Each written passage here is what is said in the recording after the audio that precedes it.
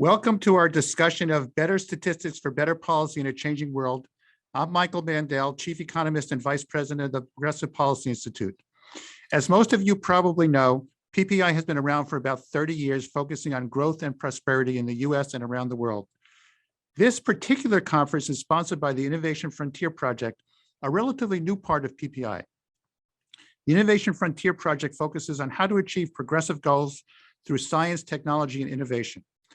In its short existence, IFP has sponsored a wide variety of policy papers, including how geothermal energy can be an important part of the US renewable energy portfolio, why pollution exposure is a significant obstacle to improving health, education, and economic growth, and how the antitrust legislation moving through Congress might weaken incentives for corporate research. This particular conference tackles another important IFP issue, the need for innovation in economic statistics to track our rapidly changing digital and global economy. The statistical agencies, the government statistical agencies, do a great job with the funding that they receive from Congress to maintain and improve the current statistics. But good policy requires a statistical system that keeps up with the changes in the economy. And that means devoting more financial and intellectual resources to innovation in economic statistics. The current bout of inflation precisely illustrates this problem. We all know that the headline inflation numbers have risen, but do these measurements fully take into account the growing role of the digital sector? Let me give a simple e-commerce example.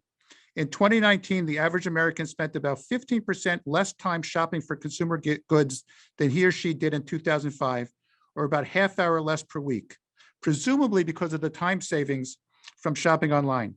That may not seem like much, but multiplied by 52 weeks and almost 300 million adult Americans, that comes to a time savings of billions of hours per year. Should the government price indices account for that time savings as more people shop online? And do we have the right data to measure these effects? Or consider the role of healthcare in inflation. Does increased healthcare spending mean better health outcomes, which would be a good thing, or is it simply because prices are rising? The statistical problems are even bigger for pharmaceuticals, where there is a huge and growing gap between the list prices of many drugs and the net price received by manufacturers. Take insulin, for example. Diabetes patients complain that they pay too much, while manufacturers complain that the net price they receive is falling. A new study from the USC Schaefer Center for Health Policy and Economics shows that both are true at the same time. The reason? A rising share of insulin spending has been going to intermediaries in the distribution chain, wholesalers, pharmacies, pharmacy benefit managers, and health plans. Understanding these price dynamics better is obviously crucial for policy. And then we come to supply chains. A quick look at Google Trends shows a recent spike in interest in supply chains, which is not surprising given how much they're being blamed for inflation. But I have a new piece coming out shortly in International Economy, which discusses just how little we know about its supply chains. Conventional economic and trade statistics are not designed for global supply chains, which are driven by the flow of data as much as the flow of goods. It's hard to make good policy about inflation when you don't have the basic facts. That brings us to this conference. To address the need for better statistics for better policy, we have put together 3 panels with some of the top global experts in their fields. The first panel is Measuring the Digital Economy with Diane, Coyle, and Shane Greenstein, followed by Tracking Healthcare with David Cutler and Murray Aitken, moderated by Ariel Kane, Director of Health Policy for PPI. The third panel is Measuring Supply Chains with Robert Johnson and Sue Hausman. John Halterwanger will provide concluding remarks on re-engineering economic statistics from real-time transaction data, a critical topic for policymakers. We'll start with the digital economy panel. The healthcare panel will start at noon Eastern time, and the supply chain panel will start at 12:45. Please send in your questions and comments along the way. If we don't get to them during the conference, which is totally possible, we will get back to you afterwards. A video of the conference will be available on the IFP website. As part of the ongoing dialogue about improving economic statistics, we will put together a paper summarizing the main policy implications of the conference. Please let us know if you want a copy of that paper. And now we come to our keynote speaker, Diane Coyle, who I've known since we were in graduate school together many years ago. She occupies a unique position in the economics profession, focusing on the nature of economic statistics and how they can be best transformed to reflect the changing nature of the economy. Diane is the Bennett Professor of Public Policy at the University of Cambridge. She is, and I'm going to list all of these because it's important. She's also director of the Productivity Institute, a fellow of the Office for National Statistics, an expert advisor to the National Infrastructure Commission, and a senior independent member of the ESRC Council. She has served in public service roles, including vice chair of the BBC Trust, member of the Competition Commission, of the Migration Advisory Committee, and of the National Capital Committee. Diane was a professor of economics at the University of Manchester until March 2018 and was awarded a CBE for her contribution to the public understanding of economics. Her most recent book, Cogs and Monsters, What Economic Is and What It Should Be, which is a great book because I've read it, came out in October. Diane, why don't you take it away? Thank you very much for the introduction. And I've obviously been on far too many committees in my time. So I will just get my slide share going here. So I'm sitting here in the other ancient university. I'm actually in Oxford today rather than Cambridge. And I thought I'd start with a bit of history. This is an image from the Statistical Abstract of the United Kingdom in 1885. And this is a typical page. There are pages and pages and pages of detail on agriculture. And if I zoom in a little on this, you can see the acreage of land that's given over to different numbers of crops. So that's quite a lot of turnips planted on our small island. And the point of showing you this is that in 1885, William Blake had written about the dark satanic mills. Charles Dickens' novels were all the rage. And the Industrial Revolution was at its height, the railways, the coal mines, the cotton factories. And none of this was captured in the official statistics, or rather 10 pages of it in this 120-page statistical abstract. And my point is that we're in a similar position at the moment with digital statistics. In 1994, Zvi Grilikus, who taught Mike and myself at Harvard, published a paper about how hard it was to measure the American economy. And the first 1 to 5 columns of this table are taken from his paper. And he divided the sectors of the economy into those that were easy to measure, which are the dark ones at the top, and those that were hard to measure, which are the ones in blue lower down. And he concluded that in 1947, almost half the economy counted as measurable, easy to measure. By 1990, that was down to 30%, 31%. Updating that to 2019 figures, and that's fallen even further. So less than a quarter of the US economy now, on those definitions, is easy to measure. And you could argue that actually communications, which is in the utilities sector, makes that number even lower. And we're in a situation where the majority of the economy is just hard to measure. We're spending a day of our lives a week online, a day a week online. Business models have been transformed by digital technology since 2007. We all walk around with smartphones on 3, 4, and 5G and Wi-Fi communications networks and lead our lives with the apps enabled by market design and access to data on these smartphones. And this is pretty much invisible in official statistics and even in unofficial statistics. We're walking through the fog statistically in terms of the digital economy. And our intuitions are not a great help when it comes to thinking about how to measure what's going on. I've divided here the economy into different categories of goods and services. So the columns tell you, is it easy or hard to observe a price? And the rows tell you, is it easy or hard to observe the quantity and the quality? And the market goods and services that our intuitions are all about, where it's easy to observe the price and you can measure the quantity and the quality, that's that 23% or less of the economy. But there's so much else. And in fact, the leading sectors of the economy, or the most dynamic sectors of the economy, are in all the other quadrants of this table.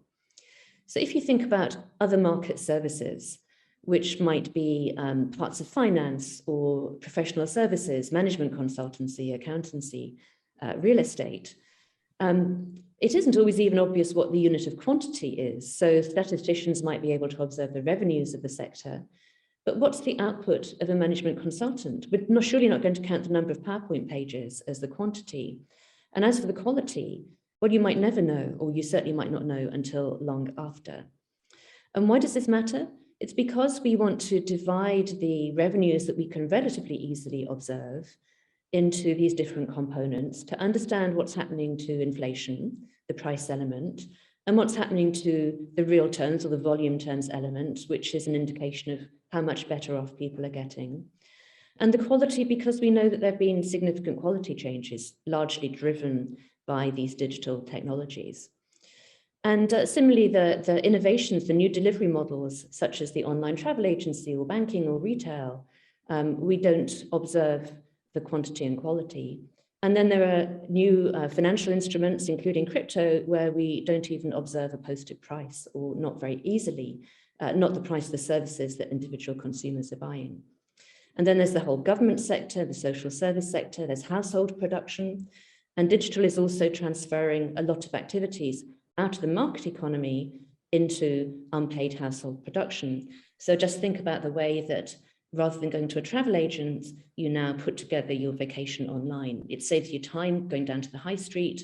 You can tailor what you want more easily. There's a wider choice, and it's almost a leisure activity. It's very enjoyable. That's come out of the market economy. Similarly, people are posting lots of free online content and innovations online. That's come out of the market economy. And so in a funny reverse of what happened in the 1960s and 70s, as mainly women went out of the household sector into the market economy, into paid employment, they bought consumer durables and ready meals. All of that enhanced the real growth and productivity figures. Now there's a move back, driven by digital, across what economists call the production boundary. And we're not measuring what's happening across the production boundary, or at least just starting to do so. And I know BLS is starting to think about that. So there's a big agenda here. And the fact that we're walking through this fog makes it quite hard to understand what's happening to things like productivity that we might really care about for policy reasons. This is an image of a new rail line going under central London. It's called Crossrail, or the Elizabeth line. When we moved into our house in West London in 1992, the estate agent, the realtor, said to us, and the value is going to rise enormously because the Crossrail station is 500 meters away, and that will drive up the value of the house. Well, the station hasn't quite opened yet. It's due to open next year. So on the one hand, construction, 6 or 7% of the economy, has very low measured productivity, and we're familiar with these tales of long delays and how long it takes to build things. On the other hand, it's a really highly engineered project with tolerances of maybe 10 centimeters with other tunnels, service tunnels and train tunnels through London. You can see the high-tech equipment here. The people working on it are very skilled engineers. And the sensors are being built into the tunnel so that when the train's operating, the maintenance time, the downtime will be reduced, the signaling faults will be reduced. So when it does operate, it will have better energy efficiency, it'll be greener, it'll save people time, and there'll be all kinds of productivity benefits that we are not going to be counting very well. And then on the other hand, there is this issue about delays and perhaps regulatory burdens in the sector. So how are we going to think about the productivity of construction? And that's a pretty tangible sector of the economy. There are all kinds of others that to worry about, and particularly intangibles. And I can't resist showing you this book of mine that was published 25 years ago next year, The Weightless World. And it was really about the increasing intangibility of the economy and the implications of that. The chart here is an index based at 100 in the year 2000, and it shows you the literal mass of consumption in the UK economy. So this takes account of imports as well as domestic production, and literally the weight, the mass of the economy has pretty much halved over that 19-year period. It had already halved between 1990 and 2000. So the things that we value in the economy are literally becoming less and less tangible. This is the shift to services, it's the shift to digital intangibles, all the online services that we enjoy, as well as the fact that many things are becoming lighter in their material footprint, shrinking in size, although not, of course, necessarily cars being driven in the United States. And intangibles are particularly hard to measure and to value, but they matter. This is a chart from a paper by economists at the OECD published a couple of years ago. And they found that if you look across all the OECD countries at the leading firms with the highest productivity, the top 5% in both manufacturing and services, their productivity is pulling further and further ahead of the remaining 95%. And there's a growing body of work suggesting that this productivity advantage is linked to the use of digital technologies. Eric Brynjolfsson at Stanford has done some work suggesting this is linked to the use of predictive analytics, so data and data analytics, I've got a new paper coming out soon, linking it to the kinds of digital tools that firms use in-house. So if they develop capabilities in-house, they're in that top 5%. If they just contract in services of a very vanilla kind, they're in the remainder. So the use of digital tools, the organizational ability to use them, is what's driving productivity for these top firms. So this really matters. But I want to suggest, and actually Mike's introduction hinted at this, that time is going to be an interesting way of thinking about productivity. Because after all, in that bulk of the economy, we're not talking about products, we're talking about services. And so here I've got a chart, a table dividing production or activities, the way you spend your time, into market production, paid work, home production, unpaid work at home, and your consumption and leisure, all of which take time. And then going down the side into routine activities that can be automated and to non-routine activities that are hard to automate. And so machines, and the red lines, the red text is the impact of digital and how that's changing. The routine things are increasingly being automated, and this is about saving time. And the non-routine activities, which are harder to automate, are all about spending a higher quality at longer time. And I've illustrated this with some examples from healthcare. Healthcare technology has its use has advanced during the pandemic, and one thing that's happening is more video consultations. There haven't been a lot of evaluations of those, but doctors and patients can save time by having an initial consultation through a video call like this. And perhaps they can sort out the problem more quickly, perhaps they need another appointment in person, but this is a great convenience, time saving, and will drive productivity in healthcare.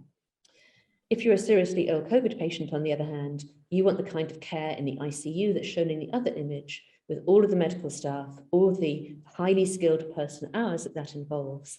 And that's the quality measure of the care, the productivity, if you like, of the care that you're getting. And so I don't have time to talk through this in detail, but one of the thoughts I want to suggest is that we need to start thinking about time metrics and time use statistics as a way of understanding not just the household sector and people's well-being, but also actually the productivity that policymakers care about. A final area I want to talk about is data, because a lot of the use of digital technologies is driven by data. And of course, this is gathered from all of our activities. We are spending so much time online, that all provides data. There's Internet of Things or sensor data, like the kind in the tunnel I showed the image of earlier. And the metaphor people often use is that it's a new oil. And of course, it's not like oil. Oil is a standardized commodity, and if I use it, you can't. Data is a highly contextualized commodity, and if I use it, you can still use it. And the jargon term for that is non-rival. There are lots of externalities or spillovers between people as well. My privacy might be revealed by something you say, but on the other hand, any personal data that I have about myself is only useful if I can put it into context, and that requires other people's data. Even something as personal as my temperature, I don't know if it's good or bad unless I know the population average, and you might have a very valid interest in these times of knowing what my temperature is. There are increasing and decreasing returns depending on the kind of data. If it's for marketing, then adding another person's data doesn't make much difference, and it's got swiftly decreasing returns. But if it's sensor data for autonomous vehicles, then there are increasing returns. The more data you have, the safer it's going to be. And then it has other more standard economic characteristics, such as needing a lot of additional investment because it takes a lot to create a database and make sure that the data is usable. There are very high fixed costs, as with so many digital goods, and low marginal costs, and it might or might not depreciate quickly. Those are the economic characteristics. But data's value lies in its use, and so the contextual lens matters as well. And all of these words on the right-hand side are about the contextual, the quality of the data. Is it general? Can you use it in lots of circumstances? Is it particularly sensitive because it's personal? Do you trust its provenance? Is it accurate? Can it be used through many different software packages and be interoperable? all of this makes it really difficult to value data, and many companies don't do it at all, even though putting a value of 0 on the data that they hold is probably almost certainly the wrong number. But there's no consensus about methods of valuing data, and this is an area of growing economic research, and also discussion among statisticians, how to think about the value of data in the national accounts, how to think about public investment in data as a public good, as part of the national infrastructure. So this is a really fundamental part of thinking about the value of the digital economy. And I just want to wrap up with some headlines about what I think the gaps are in digital measurement. I'm particularly interested in these measurements of measures of productivity and the concepts that go along with that. How do you construct price indices for services and intangibles? How do you take account of quality change? We've done work on telecommunications, for example, which has materially changed the impression of productivity in the communications sector, and therefore in all the sectors of the economy that buy communications as an input. There's the question about data value that I just touched on, and a lot of questions about supply chains.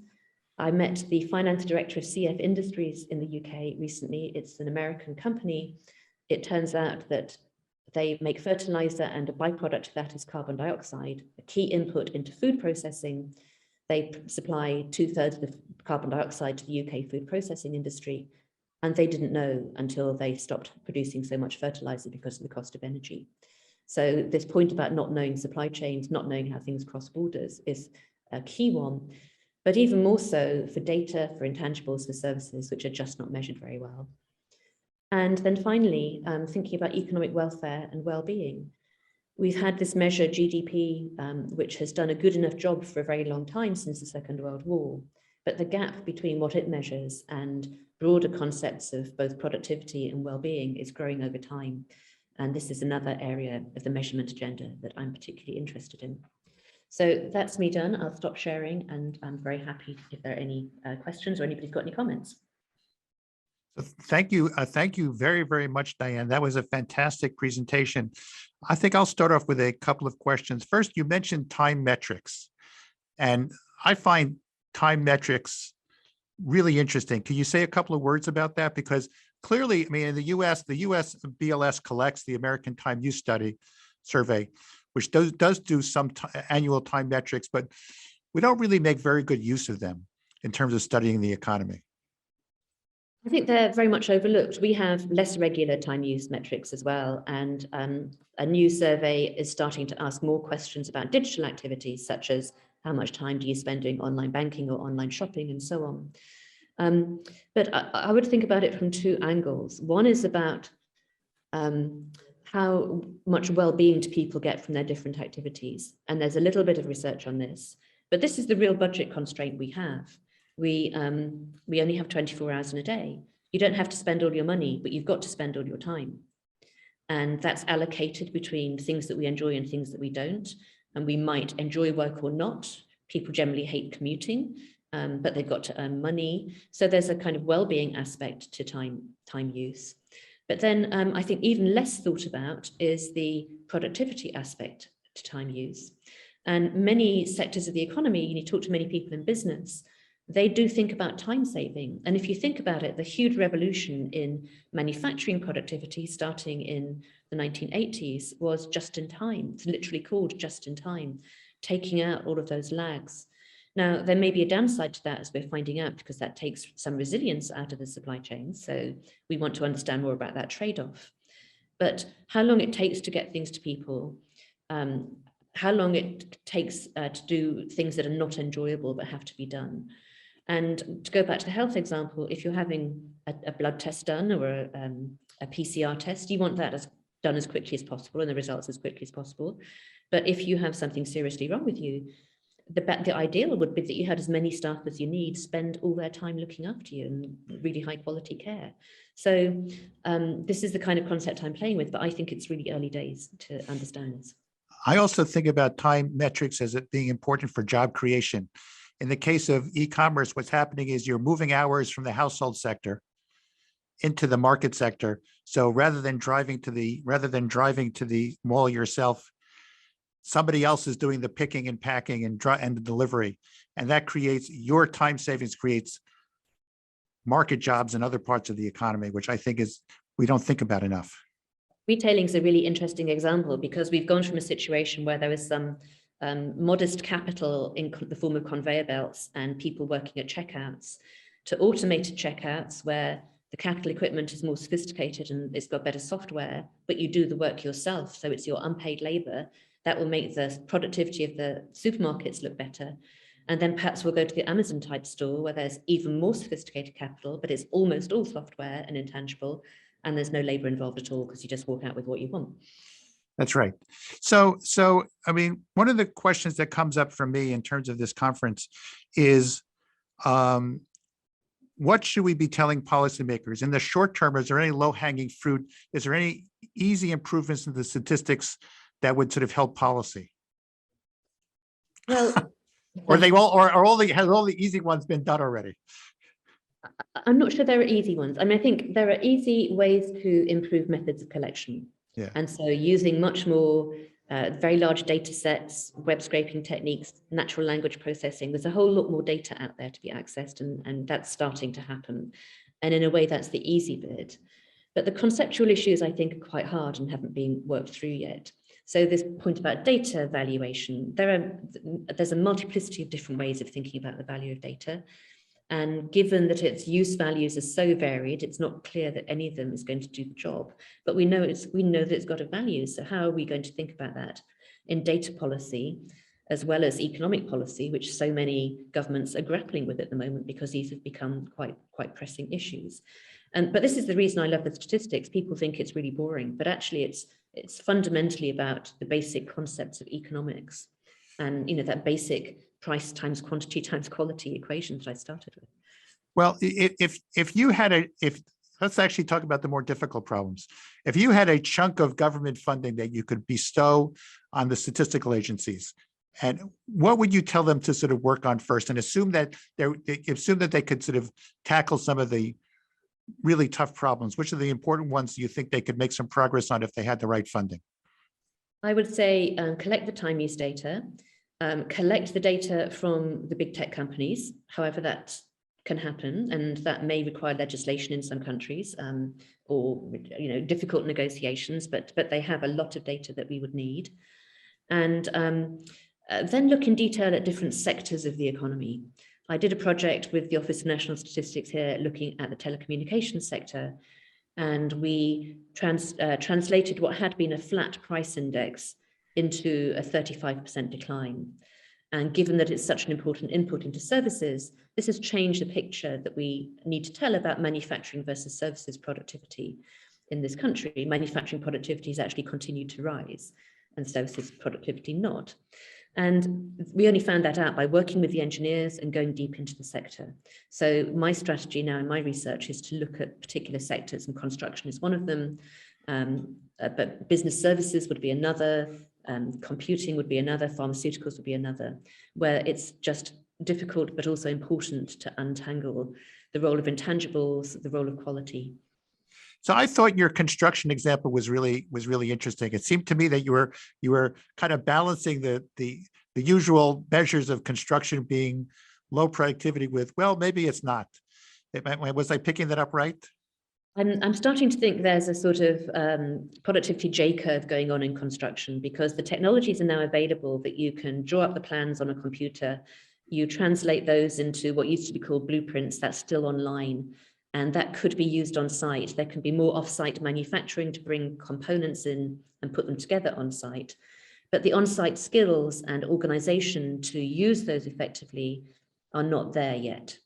And although the skill level in engineering, in civil engineering, has been going up, it's still quite a low skill occupation. And when that bottleneck is released and you can use the data to improve the construction process and then feed that through to the running and maintenance process as well, then you'll untap all those big productivity gains. That's actually fascinating. So just thinking in terms of from the corporate side, that actually suggests that whichever company is sort of learn how to make use of this data first will actually have a really large competitive advantage. The top line in that chart that you showed. Yes, or another policy implication might be have a policy about data in supply chains that makes it both possible in competition policy grounds, but also interoperable with standard formats and with open APIs. So it's you sort of and that would be sort of especially true. I'm still thinking about construction, because construction is always given as an example, at least in the US, of low productivity, very large lags. Nothing ever happens, and we end up spending more than we ever expected. And you seem to be coming to this from a slightly more optimistic perspective, perhaps guided by statistics that we don't yet have. I am more optimistic about it, but it is complicated. And it may be that in countries like yours and mine, regulation and planning issues are part of the reason that there's a loss of productivity. And there's also the question about how do you want to measure the energy efficiency of buildings, or their material footprint, or their reuse of waste materials. And would you count all of those environmental aspects as part of the output, or just as a separate indicator that you want to keep an eye on in construction? Well, that's a really good question. So one more question, because I know that you have to go. You know, one of my worries about not having the right statistics is that a problem will sneak up on us that we haven't even thought about, haven't even have a clue. And you can think about the example of the pandemic, for example. If you don't have the monitoring systems in place, you're not going to see it coming. In terms of the statistics about, I wouldn't even say necessarily the digital economy, what are the issues that you think might appear that we don't see? There have been lots of examples of issues that we've not seen. We didn't see the stresses in the financial system before 2007, and I think we're probably still not seeing them. And we're not seeing them around crypto. So why don't you stop here? What would we look for? This final part, what should we be looking for in the crypto that we don't have the statistics to see? Who is putting what at risk? It's the risks that we don't have any sight over, I think. And are they dispersed, or are they concentrated? And that was what we didn't know before the financial crisis either. And we don't know what links it has into the formal financial sector, or is it just a pure bubble that will burst and there won't be further ramifications? I think we just don't know. I'm sure if I was sort of running the central banks at this point, I would be exceedingly worried about these things. Well, is there a last word you want to give before you head off? Because this has been terrific. That statistical offices are a key resource in modern economies. People think they're boring. They've been under-resourced for far too long, but they are the experts. They're incredibly diligent, and we need to pay more attention and actually just give them more resource so they can do all of this. Thank you very much. Okay. And thank you for participating. My pleasure. Enjoy the rest of the talks. Thanks. Okay. So that was absolutely terrific. I really recommend to people that they read Diane's books. Let's see. We will put up the last slide when we have a chance. Which has the addresses. I really suggest that you get a copy of Diane's new book, because it's absolutely wonderful. Now let's move to our next panelist, who is Shane Greenstein. And I cannot tell you how happy I was when Shane accepted the invitation, because I consider him absolutely one of the leading experts on digital economics, and one of the people that I learned the most of when I read his stuff. He's the Martin Marshall Professor of Business Administration at the Harvard Business School, co-chair of the Harvard Business School Digital Initiative, co-director of the Program of the Economics of Digitization at the National Bureau of Economic Research. I could go on and on and on. He probably does not have a CBE like that Diane does, but he's got everything else. So go ahead, Shane. This is I'm really looking forward to this. It's tough to follow Diane. Boy, in some sense, she said everything I'm going to say already. So all I'm going to do is say it in a different way. Is that come up okay? Or you see it all right? Yeah. That's fine. That's terrific. Okay, so let me get going here. I'm going to focus on a subset of the things Diane was talking about, and that is zero-priced digital goods.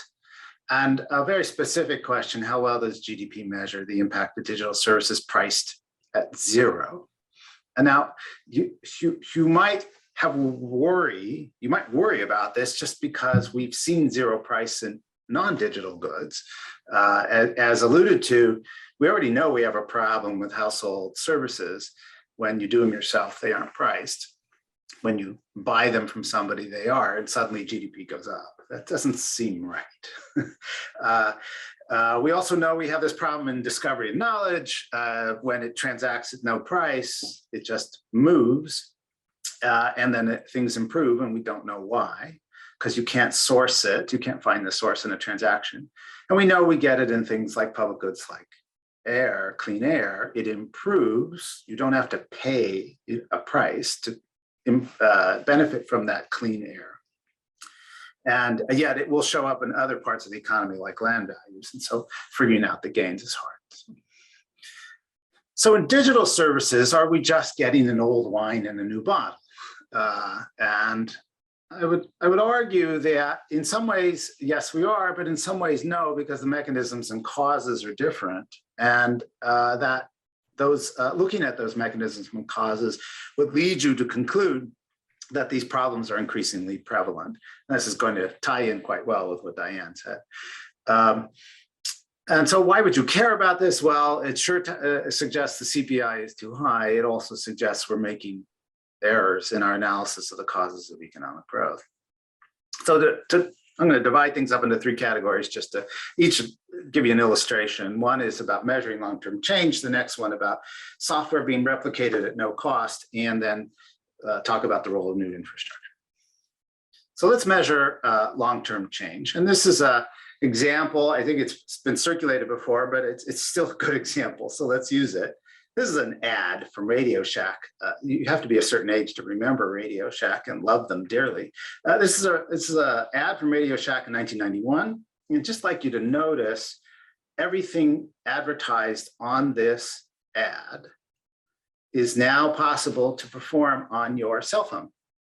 That is, you can make a call, you can record, store, play music, you can do it with video, you can reproduce a picture, you can take one, you can play games, you can even calculate a bill with precision. But also notice there are things you can do on your smartphone that are not advertised here. You can send and text email from the middle of a store when you can ask your spouse whether this is the kind of pepper she wants. You can access social media. You can find the best route around traffic, purchase a product or service, get into an airplane or a venue without paper, and get reminders. So what's the lesson? Just make some inference here. This is a familiar concern, but with a new situation that was very common after the commercialization of the internet in the 1990s. There's been this zero price in the sense that a number of new services show up on a device at no expense, in the sense that the price remains the same on the device. The smartphone started in 2007, the one that we know of as the iPhone, started as merely a musical recording device that could make a phone call. We are far away from that today. So what are the 2 kinds of problems? One, there's a conceptual problem having to do with new goods. So recognize there's this mobile, email, text, social media. What value do you place on that? That's a hard problem. We've known about that kind of problem in the past. Here we see it again in the digital age. Then there's this practical problem. The attributes of a good have changed over time. The definitions change, and it's very difficult actually to be very sympathetic to the statistical agencies. It is rather difficult to figure out how to keep track of that. Now, more subtly, we have something that's often called an outlet bias, and stay with me for a moment. The example is you used to shop at Macy's and now you shop at electronic commerce. But what that's actually about when you look at the way the accounts are laid out, these 2 different activities aren't necessarily sitting next to one another. So what could be happening is you have an outlet in one place and an outlet in another. Camera to smartphone is usually the best example. The price of the camera is declining, the volume of production and camera sales is declining. It's going up in smartphones, but there's no mechanism in the accounts to put those next to one another and say there's been a substitution. And so there's been an improvement, but it goes otherwise just unrecorded because it's not part of our process to recognize it. Okay, so that's first set of observations. Let's move to another place where zero price shows up, and that's increasingly prevalent because software can be replicated at no cost. You can just make copies over and over again. By the way, just wrap your head around that over, sometime. You can replicate a good at no cost. That's that'll get you going. So first of all, just why do you care? It's very common in online services today. Firms make their revenue in ads, and yet they sell you a service just to get you there. And then if we're going to have this conversation, I want to say right up front, you need to distinguish between a zero price to a final user and a zero price to a business buyer. In the case when it goes to a final user, you want to recognize that you're either going to observe a change in consumer surplus or some otherwise unmeasured gain. Again, GDP does not measure consumer surplus. It's not designed to. Or you might, as noted, see a reallocation in leisure time. Again, GDP is not set up to do that. And yet that is an important part of what's happening here. On the other hand, you might also see a zero price going to a business. GDP is to some extent set up to see that. And that is if it shows up as productivity. And the productivity is affiliated with something that you can measure. And the question that emerges is, when software is replicated at no cost, can you measure the thing that's causing the productivity improvement? And my argument is actually, in a lot of situations, the answer is no. So let's think that through. When is the situation in the digital economy that you see both a zero price and a non-zero price? And what do those situations look like? So, the easiest way to illustrate this is through a 2x2 table. Life, of course, is not a 2x2 table, but let's use it because it illustrates things. And I'd like to just fill out the bottom right of that table first. Just think it through. Settings where there's a positive price of most of the output and a positive price of most of the input in the digital economy. And let's just recognize that does emerge in some places. Think of your iPhone. There are lots of parts. They were paid for. You paid something to buy it. Think of Netflix, something particularly new good. There's a licensing fee for much of the content that Netflix pays. You pay a subscription fee. That fits the usual definitions. Even something in the digital economy like spectrum in the auctions works. So the carriers pay for spectrum. You pay a fee to use that service. And again, we see a cost and a revenue. And that's something we think about as fitting our old definitions. Let's take the other corner where things don't work at all. So zero price in the output and zero price of the input. I just listed a couple examples. My favorite example, of course, is Wikipedia. This was a couple $1 billion industry 3 decades ago. Today, Wikipedia charges nothing for the input, nothing for the output, runs entirely on donations. There is a productivity improvement there. It's unrecorded.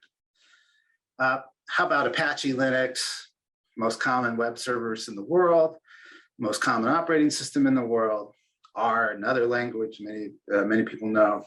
Nobody pays anything for it. It doesn't cost anything to produce because it's all coming for free. A lot of open source is this way. We can go back in history a little bit, the World Wide Web, TCP/IP. Again, no licensing for that, no charge for the outcome, zero on both accounts. Now the off diagonal is where you really have to start thinking hard. And let me use the lower left diagonal first. This is zero price in much of the output to consumers, whereas there's a positive price in the input of producing it. And that really makes you think hard. And frankly, this is a lot of what you find on the web, not just Google and Meta and Yelp and Zillow and just every web platform who all use ads, but then provide a service to you. Think about GitHub. There's a serious expense keeping GitHub running, but you pay nothing to use it. And then again, another favorite example, TensorFlow, PyTorch, all the artificial intelligence libraries that have just been produced in the last decade. Again, major expense to put those together, nothing to use them. Finally, on the upper right-hand corner, think about use of input for free, though there's a price on the outside. Android uses the Linux kernel, doesn't pay anything for it. Wi-Fi and Bluetooth products, there are thousands of these registered every month in the United States, and nobody pays anything for the spectrum. And a lot of online services that use open source software could be very common. So the point of this is those three boxes, other than the lower right, are increasingly common. So what do we infer from that? We've got a problem here for measurement, because you've got user-generated improvements in quality, but they don't cost anything. You've got academic shareware migrating into widespread private use, but it doesn't leave a transaction that's being recorded. You have attribution and omission biases in the analysis of growth, because you don't understand the source of the gain, because it's going to a software that nobody's measuring, or an improvement in software that's nobody's measuring. My favorite example, just finished a paper, I put it in the references here. If you look at upgrades to a web server software, there's all this improvement, but it's not priced. So it's an improvement in quality at a zero price good. So it's completely missed. Okay, and then you have a problem for the capital stock. So one of our standard concepts for understanding how wealthy a country is, just raise the question: what's the value of Wikipedia or TCP/IP? Wikipedia, we've replaced the encyclopedia, and what is its value? We don't have an asset there that we can measure. And as alluded to already by Diane Coyle, which is just great, there's lots of intangible assets that emerge from these processes. Okay, so just to finish up, one last category. We could spend hours on this category, the way new infrastructure supports new services. So just allude to some of it. Look at the internet, if you go looking, under the hood, if you will, at what has changed in the last 25 years. Been an enormous number of improvements in the 3G, 4G, 5G, so as in the data that can be taken over the wireless network, as well as Web 2.0 and 3.0. You have a series of devices. You have a series of things inside the network, like content delivery networks, the cloud, distributed data architectures that are improving the experience of downstream services. These are improvements that you experience at a price of zero. They're qualitative improvements that you might have paid a little bit for, in the sense that you got a better app.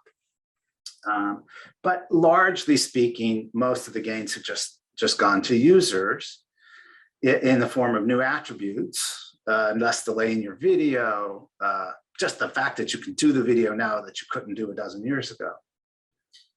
And let's just point it out, it is nobody's business to keep track of this. It is just, the BLS doesn't, the FCC sort of does. And it's just because everybody's under-resourced, and there's been an enormous amount of these improvements. That implication is the CPI is too high. It's worse than you think. That's sort of my usual standard line on this. It's worse than you think. If you go look, for example, at the wireline internet access consumer price index for the United States, it has not changed for all intended purposes in more than a dozen years. What? Right? So think about your own experience in a dozen years. Internet access, the price per unit of quality has been the same in a dozen years. That just doesn't sound right. And partly the reason is exactly because it's nobody's business to keep track of what happens with what you get when you buy access. So the user experience changed because you're accessing better services, but the better services are priced at zero. It's nobody's business to measure the qualitative improvement there. And so we get this, but it doesn't show up in GDP at all. I love to refer to Clark's law. David Clark's one of the inventors of the internet, for those who don't know. he likes to say people will take advantage of new services until they're frustrated, which means the level of services increase while the level of frustration is a constant. So it's just great. And that sort of describes the last 25 years, if you will, of user experience. And the level of frustration is still the same, but boy, can you get a lot more for that. Another one of my favorite examples, just anticipating one of Michael's questions, if you look the last decade, today, half of online surfing takes place in a mobile device, and it's higher than half for the young generation. And that's an outlet bias. I mean, right? It's a gain we don't measure because the wireline internet access index and the wireless internet access index don't sit next to one another. They're sitting in separate accounts. So there you've got this massive gain in revealed preference of where people want to do their surfing, and yet we don't record that. Okay, so concluding, is this an old wine in a new bottle or just a new wine? Well, in some ways it's unmeasured quality in digital goods, and so that is an old wine. The new bottle and the old wine is CPI is too high and less inflation than measured. I think the new wine, if I have to give it a label, I like to call it digital dark matter. We know it's there, we just don't know how much is there. And you know, we know it's causing productivity gains, we just don't see it, or we can't attribute it. There's another version of this, which is the assets are too low. And again, this will produce intangible capital. We just don't know how much there is. And that is a really big open question. And then there's a third real subtle issue about attribution. Just notice the way even I do it. You talk about the internet. We have to identify the inventor. We say Tim Berners-Lee gets credit for the World Wide Web, or Jeff Hinton gets credit for neural networks. In fact, there's a great deal more than that. We can't necessarily put a label on it. And that's because we don't have a way of aggregating it. We don't have a concept for aggregating it. And that's an attribution error. We don't have a way of discussing the gains we're getting from the digital goods. So I call that a toast to a new wine. Oh, there you go. And if you like, in the slides, I have extra references if you're interested in some examples. Okay. That's terrific. Thank you.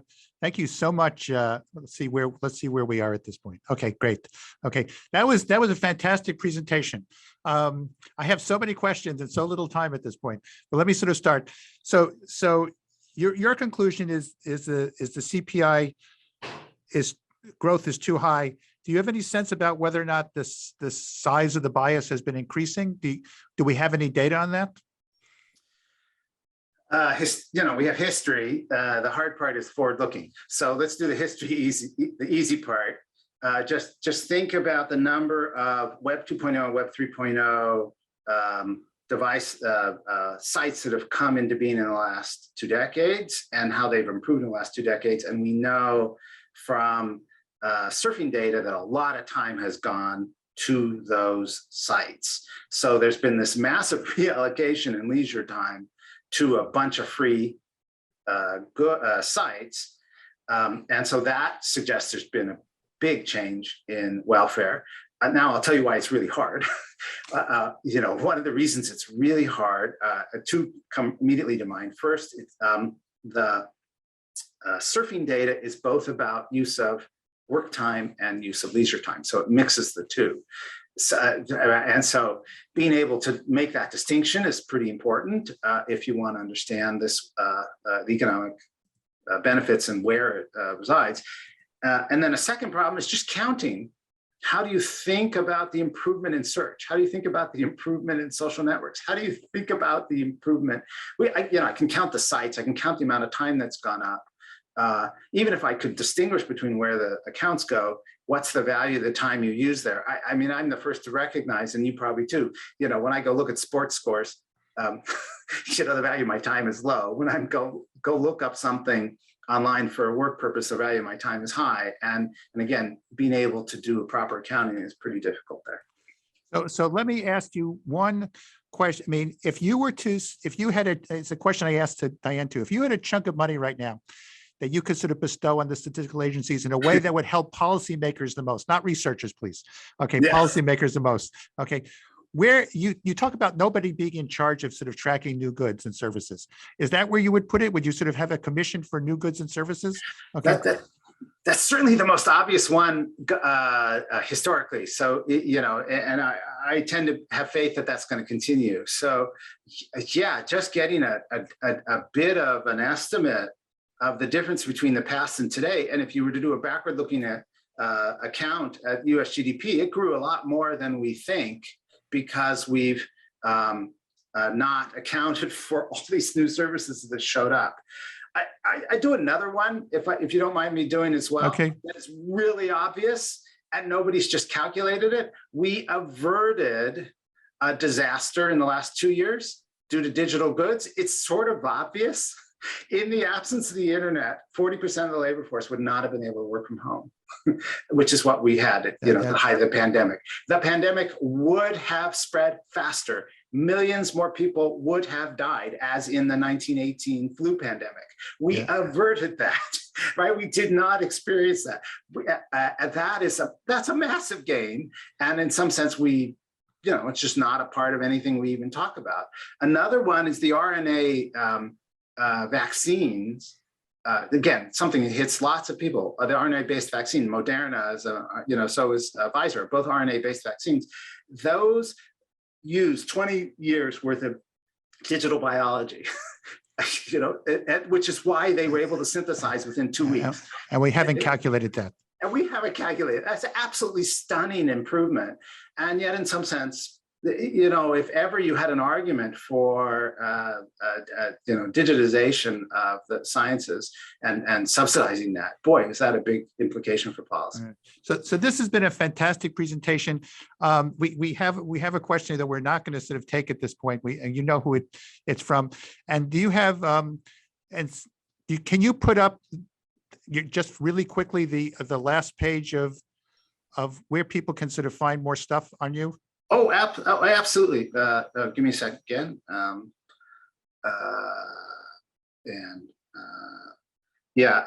if you're going to post the slides. We'll post the slides on the website, the IFP website. Okay. Yeah. So what we're going to do now is thank you so much, Shane. This has been absolutely fantastic. We're now going to take a 1-minute break before starting with our healthcare, tracking the healthcare economy. And if we had music, we would use music, but instead we have a slide. Thank you very much, Shane. This has been terrific. Pleasure.